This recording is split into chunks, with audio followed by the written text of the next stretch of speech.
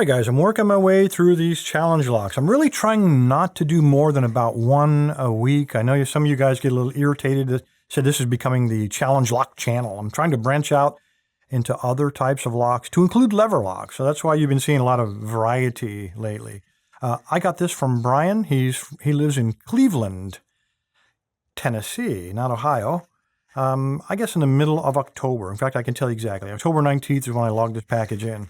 I did log it in that it appeared it is not completely sealed. So, Brian, you need to let me know, is this the way you sent it? Because this is how it arrived. And the other weird thing is that it was never, the stamps were never canceled. So, I'm an honest guy, but I think I may have to pull those off and recycle them. It's a lot of money hanging there without any cancellation marks. Anyway, Brian, let's go ahead and see what we got here. I'm just going to go right down the middle. Okay, no note. And it looks like okay, Brian Grant. He says this is the 6th Sense. So I guess he doesn't mind his last name. There we go. And he built this looks like October 8th. So a week or so before he sent it to me. Wow. Beautiful bidding on this thing. 2, 3, 4, 5. Looks like 5-pinner. And look at that. That is really gouged out there on the top. I'm not even sure. I may have to use one of these tensioners that I got from Mr. Q years ago that are really designed for Euro locks. If I want to use some top of the keyway, I may have to use one of these guys. Or maybe another choice would be some of these Z-wrenches from Sparrows. Let me find a nice fat one that would fit up in there. That would work. Yeah, let's try that guy. Move all this stuff out of the way. Package out of there. We don't need that stinking key. We do need a stinking vise, though. Should have planned ahead a little bit on this and closed him. I was working on a very large lever lock a little earlier. So that's why that was so wide. Okay, let's see what we got here. Let's try to clamp him like that. Oh, he's turning on me. And I don't have any adapters. I did get an adapter a while back. This is literally a piece of art. This is sent in by Melvin Kalsnofsky, but it only fits on kick. It won't fit on there. So I'm going to have to get that later. I'm going to clamp it up a little higher. That's about as good as it's going to get. Hopefully he doesn't twist out. He's barely held in on the top there, but I think we can make that work. Get that nice fat tensioner, and that ought to work. Yep, that'll work just fine. The core does appear to be turning. You know, let's try the key and just make sure he works.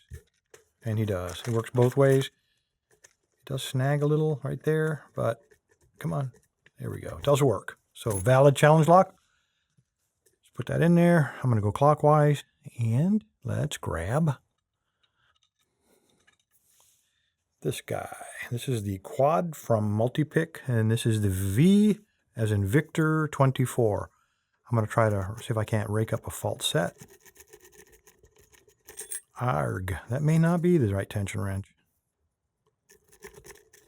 I may go to the bottom of the keyway if this keeps up. Okay, we're getting a little hung up there. All right, I am going to the bottom of the keyway. Half of the fun is finding the right tensioner. I'm going to go counterclockwise now because that way I can kind of keep my hand out of your way.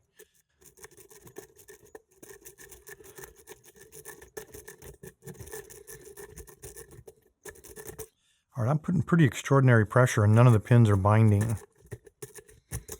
So let me just get a flashlight and see if there isn't some little side pin down there.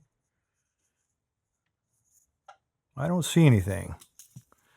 So maybe it's my imagination. Give raking one more try, and if that doesn't work, I'll go straight to SPP.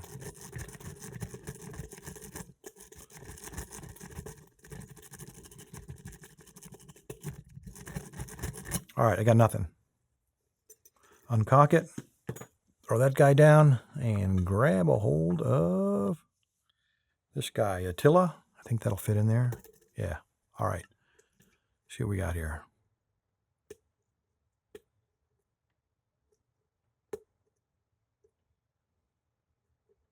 And there we go. Why didn't it rake? Man, it SPP'd so easy. You'd think it would have raked these. I guess because of the variation in the bitting, pretty wide variation between this low cut one here, some high cuts in the middle and the low cut. That rake probably just couldn't reach the limits of that lock. All right, let's bust them open. Let's find out what Brian put in here. He sent me several emails following up on this lock. Says he put a lot of work into it, so the least we can do is take a look.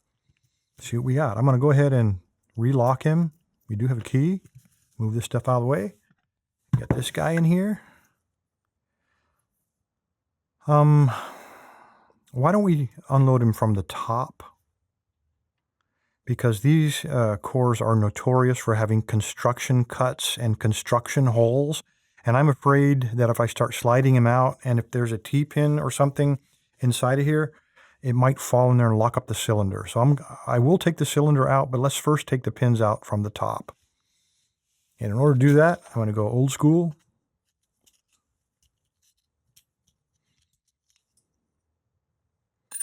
Look at there, we have 6 pins. I guess I should have counted them before we started, eh? All right, get some tweezers. All right, we do have a variation in types of pins, if you take a note, or types of springs. So we have 4 steel springs, 3 long ones here, and then a really short one here, and that would give variation in pressure on the pins. And then we had 2 copper ones. This one looks like he's very stretched out. Let's go ahead and pull him out. Let's see, 6. Yeah, he's pretty stretched out. And look at that. He was a full lengther, and he's stuck on what appears to be one of the party pins, the Scrooge pins from Sparrows. But he's oriented with the narrow part pointing up in the spring, which obviously got caught in the spring. So that's going to make our gutting job a little bit easier, but I don't think that's how that should be put in there. Another very small, shove these guys up. All right, let's start. I can look inside of here.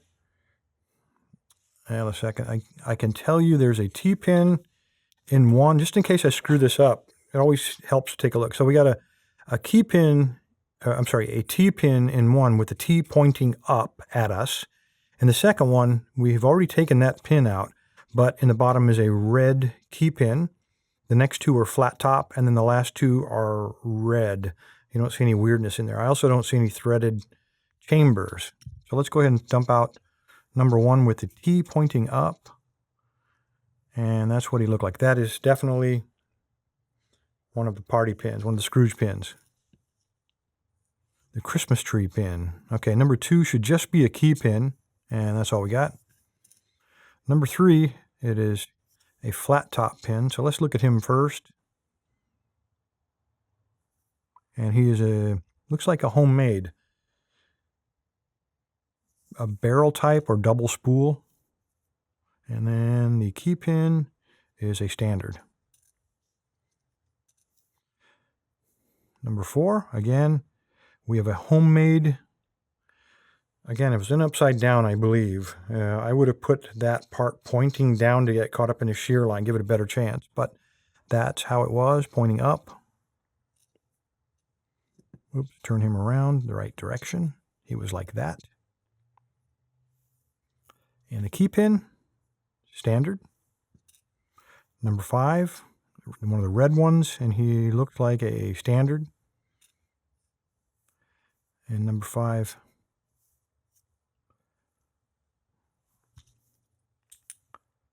Yep, there's one down there. He just doesn't want to come out. There he is. Standard. And the last one, very long one, standard. And the key pin, we can get him to come out. Chances are that last one's a little bit, here he comes, a little bit unaligned, disaligned. Here we go, he's a standard. So a lot of standard ones in there. Let's pop the bottom of the back off this and see if there is some weirdness in the core.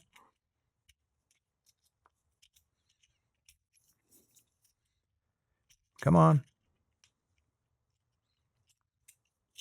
You know, I do have several tools for that, but okay, something just popped out in my hand here when I pulled him out of there.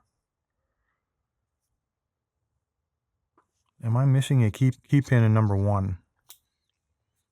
That's the key pin for number 1. I didn't take him out, I guess, but anyway, there he goes. Okay, here are the holes I was worried about. If a T-pin had been pointing down, he could have easily gotten snagged in there if I'd oriented him, turned him incorrectly. I don't see anything on these. Nothing. No threads, no undercuts, nothing. There's no shell on this to give you those undercuts. So the only mods are right here. So why would we have a cut in between pins 2 and 3?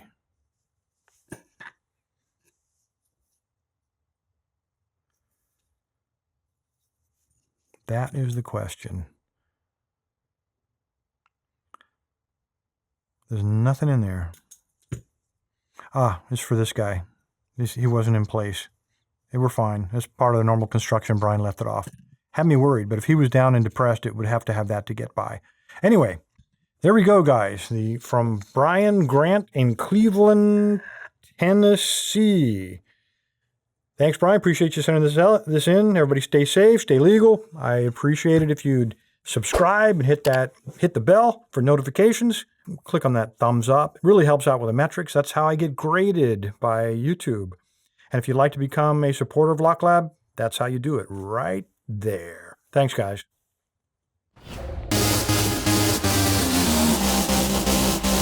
LockLab, where the fun begins.